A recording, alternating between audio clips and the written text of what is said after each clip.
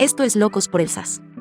Un podcast de tecnología y negocios para solucionar problemas reales desde la experiencia de sus locutores. Pablo, Chris y Félix. Este es un espacio presentado por Dumint. Hola a todos, ¿cómo están? Hola Chris, hola Pablo. Hola Félix. Hola, ¿qué tal? Quité el rol de entrevistador. Así veo. Pero porque estamos en una cápsula especial. La idea de esta cápsula es conocer un poco a los locos por el SaaS originales. Y el día de hoy vamos a entrevistar a Pablo, nuestro socio. Y vamos a partir con una pregunta muy simple. ¿Cómo llegaste al mundo del SaaS, Pablo? Llegué al mundo del SaaS no muy como pensadamente, no fue algo que tenía claro que era el mundo donde... ¿Qué época para situarse más o menos? No sé, a ver, cuando entramos en este mundo 2010, 2011, Sí, más o menos por ahí fue. sí, Sí. hace harto rato, estábamos en la universidad y empezamos a hacer cosas con este mundo sin saber que era como... Claro, nadie sabía que era tan claro, definido. tan no definido, estaba tan exactamente, definido, ¿cierto? exactamente. ¿Y cuál fue tu primer SaaS, por decirlo así? Mi primer SaaS formal, yo creo que sería Recruit. Perfecto, cuéntanos un poco de qué se trataba, qué hacían. En Recruit, la idea de Recruit al principio nace como con una problemática que era lograr llegar de manera como óptima y como de verdad certera a candidatos como con un match entre lo que estaba buscando la empresa y lo que quería el candidato. Y ahí teníamos todo un modelo de competencia ¿cómo se llama esto? Entre habilidades técnicas y habilidades blandas y tratar de generar como una lógica en ese minuto no existía lo que existe hoy en día y como plataforma de redes sociales como por ejemplo LinkedIn y existían solo los portales de trabajo, entonces era innovar en esa línea. Era como tablero en donde estaban publicadas las cosas y Exacto. súper arcaico. Y los Exactamente. portales de trabajo en esa época cobraban transaccional, o sea, el modo SaaS de ustedes la propuesta era cobrarle al reclutador al reclutado No, nuestra propuesta era cobrarle al reclutador en un modelo SaaS. de suscripción. De suscripción, exactamente, sí. Y en ese tiempo era más bien transaccional, como publico una oferta de trabajo y Ah, te es cobro que- por la es que oferta. teníamos los dos modelos. Ustedes tenían Teníamos los dos modelos. SaaS y Sí, transaccional. sí. Pero no tan claro Obvio. todo, claro. Ustedes cobraban nomás, básicamente. Cobramos, pero entendíamos Lo que se podía. Claro, sí. Sí, me acuerdo de contratos anuales con empresas grandes, tickets bien bajos en esa época. Costaba convencer a las empresas en esa época. Sí, ese es un... Perdón. Sorry. No, es que es interesante porque ese fue tu primer proyecto formal, como decís tú. Sí, Antes de eso sí. hubo otros que, Hubieron varios, fueron voladores de luces conmigo, pero da lo mismo. pero cosas entretenidas. Sí, hicimos cosas chéveres, es verdad. Sí. Pero entretenido porque, según tú, esa formalidad ¿de qué viene? Cuando categorizas ese proyecto como un proyecto formal que dejó de ser algo informal. Yo creo que porque efectivamente logramos sacar plata de ahí. O nos empezamos como... Un desconocido te compró. Claro, eso. Ya, alguien vio el valor. Claro, eso. Logramos tener como ventas reales. Yo creo que tiene que ver con eso. En los proyectos previos tuvimos tracción, pero tuvimos tracción del amigo del amigo del amigo y logramos ciertos MVPs, pero nunca logramos como algo más allá de eso. Y por lo general lo que nos ocurría, por ignorancia o por la época en la que estábamos, creíamos que las cosas no funcionaban. Y como que cambiaban muy rápido, era como, oye, esto no funcionó, cambiemos de proyecto, y como éramos rápidos técnicamente en sacar cositas, era como, ya, probemos otra cosa, y probamos otra cosa y partíamos como en serio. El foco. El foco. A mí me pasó eso Sí. también al principio. Como Sí, miraba distintas oportunidades y tampoco sabía el nicho. O sea, era como explorar con la luz apagada, una pieza cerrada y más o menos ir tanteando y cachando. exacto, sí. Uno de los grandes desafíos, y quería que me comentaran un poco sobre eso, cuando yo partí me pasaba que mucha gente te decía, estáis loco por estar emprendiendo de partida. Y más en el mundo de la tecnología, que era algo muy ajeno, que lo hacían empresas muy grandes. Y como lo miraban desde afuera, como algo que no era tan glamoroso como ahora, también costaba mucho reclutar gente hacia ese proyecto. O sea, si ya nos costaba a nosotros poner foco, Mm.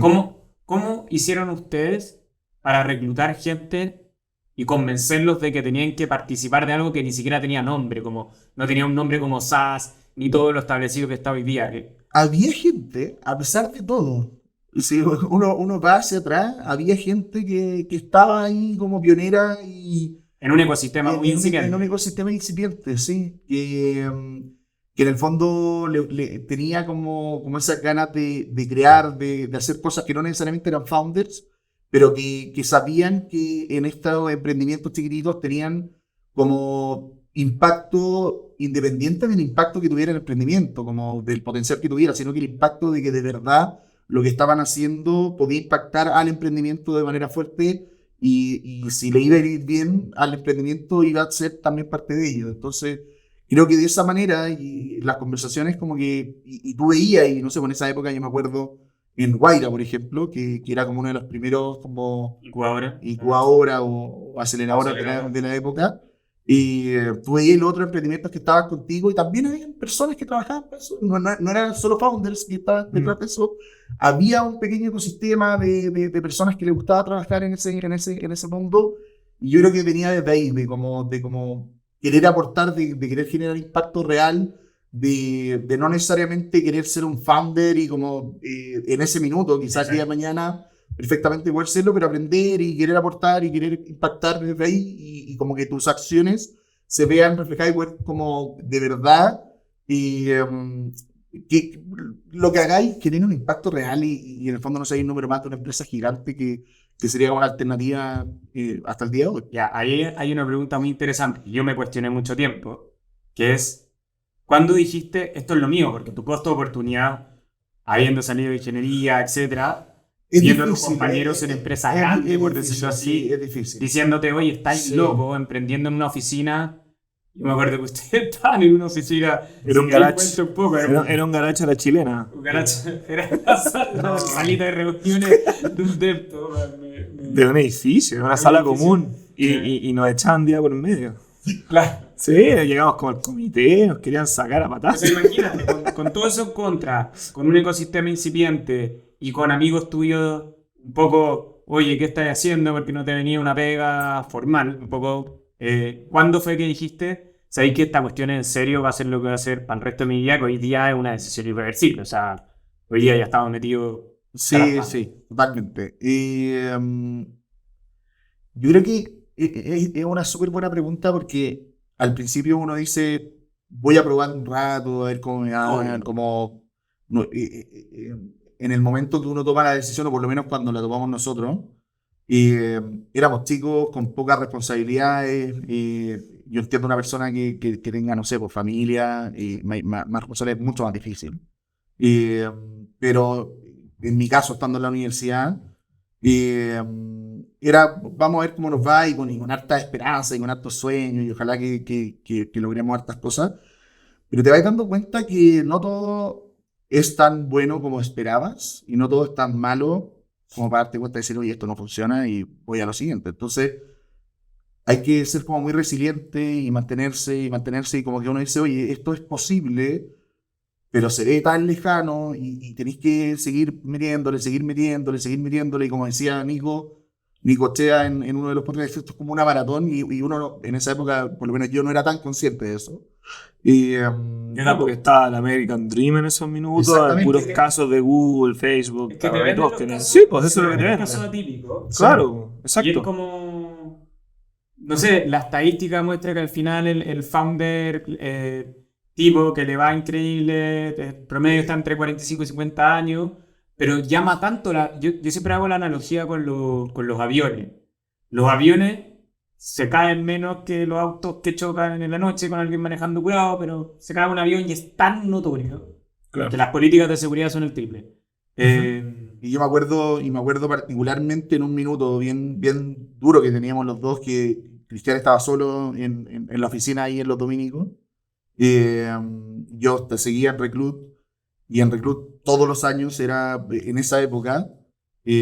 Saludos para Tomás y que todavía tenemos mucho cariño.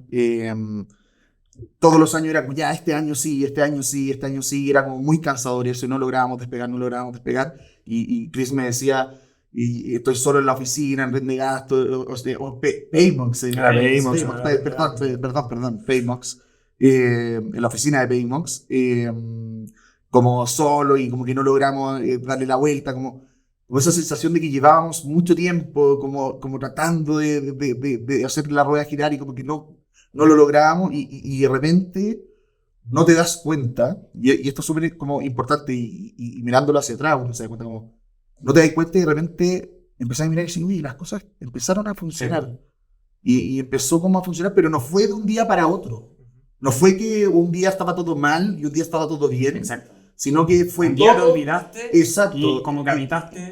Exactamente. Y como que miré para atrás y decís, chuta, todo lo que ha pasado efectivamente era necesario y todo ese esfuerzo y todos esos minutos y como valió la pena. Y al final como que empecé a mirar para atrás y decir, bueno, como que qué bueno que fui capaz y fui capaz como de seguir intentándolo, porque en algún minuto empecé a ver esa retribución, que al principio es de repetir y todo, pero como que te vas dando cuenta de eso y como que en ese minuto, y esto desde antes, porque al final como que hay un momento en que decís, oye, esto es lo que quiero y independiente de cómo me vaya, voy a morir en esta y te das cuenta que cuando ya lleváis 3, 4 años y todavía no lográis ningún resultado.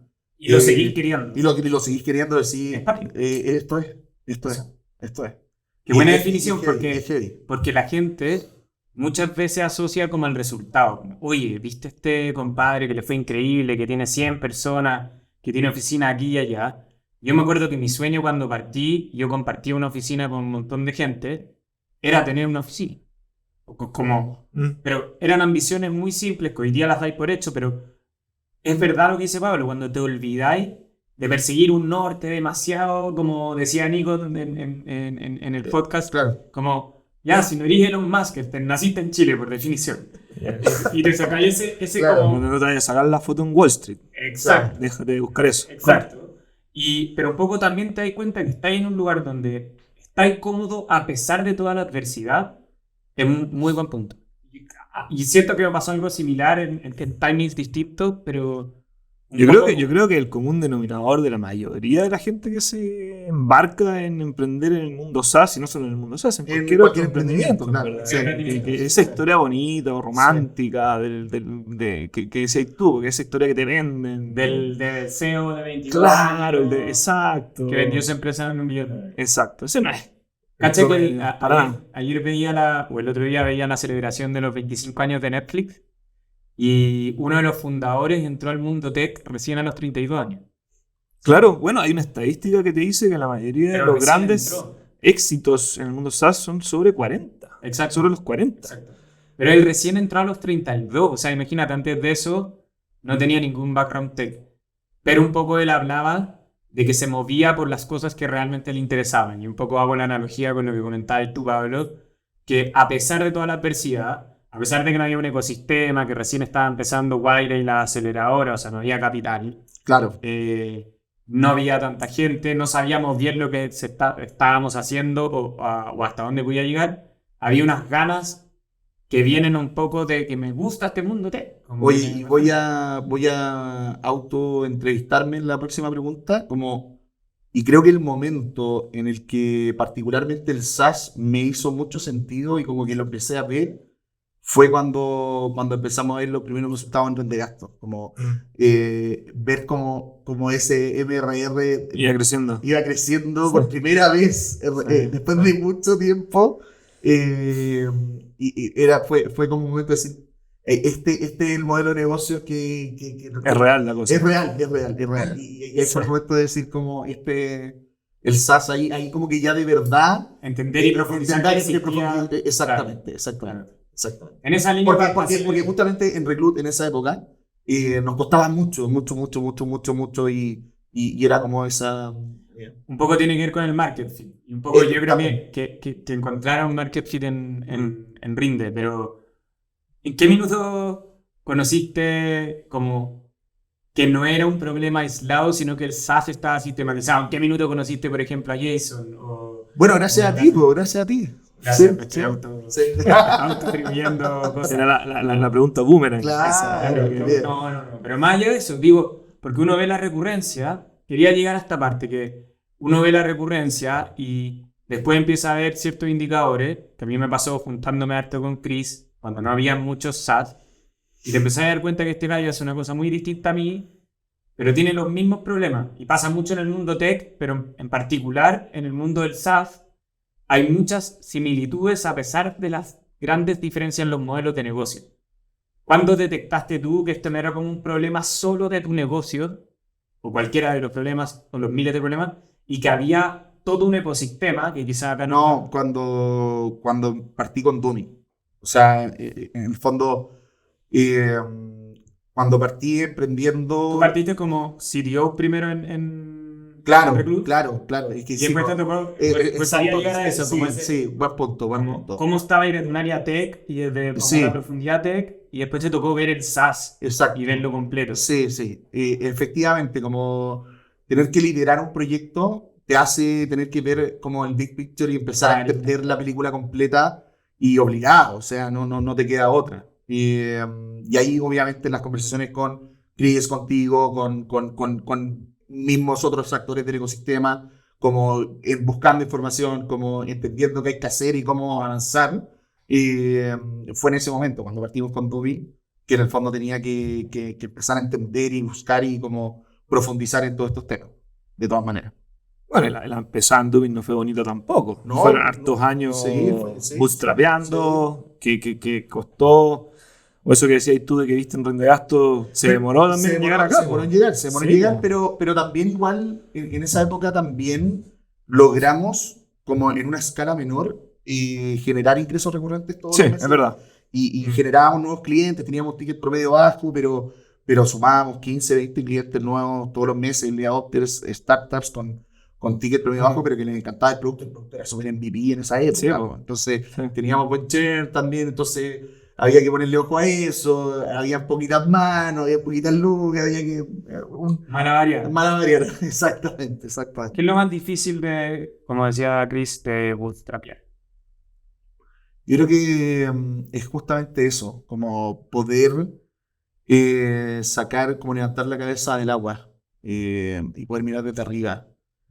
Cuando uno como que escala o tiene más recursos y puede empezar a armar áreas y se empieza como a formalizar los procesos y todo, y uno logra hacerlo bien eso, uno puede como mirar desde una perspectiva más estratégica con más calma y desde arriba las cosas. Cuando estáis metido en el día a día, bootstrapeado y como con pocos recursos, es súper difícil hacer eso. Y estáis como con el agua hasta acá siempre y con pocos recursos y estáis metidos y estáis en el barro día a día todo el rato con los equipos y haciendo de todo el rato, todas las personas. No solo tú, sino que todo tu equipo. Como Era una tremenda escuela. 100%, pero eso es lo más difícil. O sea, me refiero, Exacto. lo más difícil es como levantar la cabeza, pero es una tremenda escuela pasar por todo y estar ahí 100%. 100%. Oye, ¿qué es lo que más amáis del SASPO? Que Es que yo creo que más que del SaaS en particular, de todo el emprendimiento y la tecnología, tiene que ver con yo diría dos factores, como por un lado como el poder ver cómo tu trabajo impacta, no sé, vos probáis cosas y impacta y lo veis en el cliente. La iteración rápida. Que lo hemos conversado antes, como Sí, que eso sí. es muy Es bacán. adictivo. Es exacto. Y sí, ¿no? Adictivo. Y otra cosa que a mí en particular me gusta mucho tiene que ver con las personas.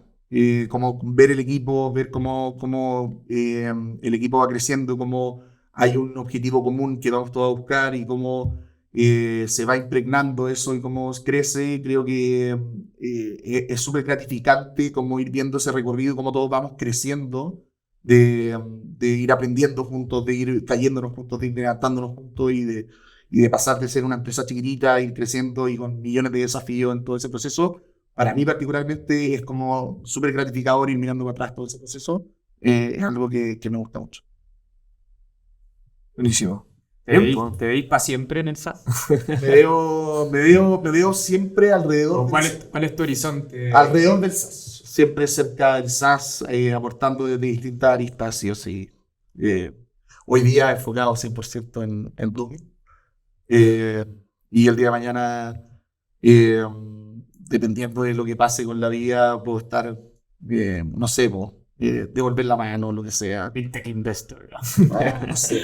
Oye, Pero en algún minuto tocará descansar o mirarlo desde otra perspectiva, no sé. no sé, siempre Jason decía como la única vez que estuvo deprimido es cuando no estaba construyendo. O sea, Mira, cuando el SaaS. interesante, por eso no Claro, sé. no sé. No lo sé, Porque no se cae y nos queda para no rato. lo sé, exacto, nos queda más rato. Esa es la única certeza. Sí. Se Oye, queda más rato, ¿o no? Yo tengo, no sé, para ir cerrando, pero una de las últimas dudas que me encantaría como que Oye, se reflexiones. hicieron trampa porque supuestamente era como una cápsula, esto, no, Bueno, se alargó, no alargamos, pero no alargamos. la otra la hacemos más corta. No, era sofá. Oye, una última pregunta por mi lado. Si pudierais decir un top 3 o un top 1, da lo mismo, de errores que corregiríais si empezarais a usar desde cero. Pero es que es trampa, po, porque estas preguntas tú las vas a tener preparadas cuando yo te las haga en este capítulo, Da ¿cachai? lo mismo, pues por lo mismo te tocó sorteado a los FIFA. Estas son preguntas vetadas, ya no se pueden preguntar el Claro. próximo. Me gustó. ¿Cachai? Vamos a hacerte la idea complicada. ¿Cuál era la pregunta? ¿Qué errores, si hoy día empezarais un SaaS desde cero, top 3 cosas que haríais distintas? O Tres. una o dos, o las que queráis nombrar, que tú digáis como, en verdad este aprendizaje, por favor, Ya, onda, lo sí, haría sí, diferente. sí, totalmente. A ver, no me voy a enfocar particularmente en un proyecto en particular, sino que era aprendizajes que he tenido a lo largo. Completo, Obvio, es lo mismo. Ya, La súper, historia súper. completa. Sí. A ver, el primer aprendizaje es elegir súper bien como las personas con las que vais a llevar a cabo el proyecto en términos de como ¿Co-founders? co-founders, sí. Creo que ese factor puede matar un proyecto antes de tiempo o puede llevar a problemas que se pueden evitar que no tienen que ver con las personas en sí mismas, sino que tienen que ver con elegir bien como el momento, el empuje, qué aporta cada persona, cuál es la retribución, como tener súper claro eso, como que no es, oye, vamos los dos, 50 y 50 y para adelante y después veremos. No, eso es súper como, hay que ser muy cuidadoso con respecto a eso, no quiero andar como en particular en irme, ni siquiera me refiero como a casos particulares, sino que no quiero andar en como qué es lo que hay que hacer tampoco, ¿cachai? Como que de verdad creo que es súper relevante eso y lo he visto y en particular ciertos casos como creo que es súper importante como definir súper bien los roles, qué aporta cada uno, por qué lo estás haciendo Y la expectativa. y la expectativa de cada uno con respecto a eso mismo. Yo solo para complementar ahí, especialmente el horizonte de tiempo. Exacto. Porque a veces está el co-founder que quiere vender en 3 años en su cabeza y los SaaS en particular son proyectos mínimo de 7 a 10 años. Y eso al principio uno no lo sabe. Y uno al principio no lo sabe. Exacto, Bacán. exacto. Muy, muy buen punto. Y una de las cosas que yo aprendí sobre ese mismo punto después, dado que no vamos a repetir estas preguntas, es este como vesting que se le hace a los founders. Exacto. Y la primera vez que me lo plantearon, cuando estaba partiendo con otro cap table y otra cosa, y hubo un inversionista que sabía algo más porque es tu historia repetida, no es como que solo nos pasa a nosotros, como tú decías, o solo porque tuve tal o cual co-founder o lo que sea, eso es historia repetida, esta disparidad de expectativas pasa siempre, es la parte del vesting. La primera vez que me lo propusieron yo dije, ¿pero qué? Tú venías entrando como inversionista y me decís que yo tengo que poner mi acción a disposición durante 3 años o más y me las voy ganando de vuelta, es una muy buena prueba de commitment, básicamente, que te evita ese conflicto. Por ejemplo, si un founder se va en la mitad porque da lo mismo, porque se dio cuenta que quiere ser monje budista, porque ya no le calienta el problema que están resolviendo, porque tuvo un accidente y se quiso y tiene otra perspectiva de vida y ahora se quiere abrir un bar en Hawái, no sé. Entonces, yo pondría eso. ¿Qué otro aprendizaje? El otro aprendizaje que es importante es equivócate rápido. Creo que eso es muy importante.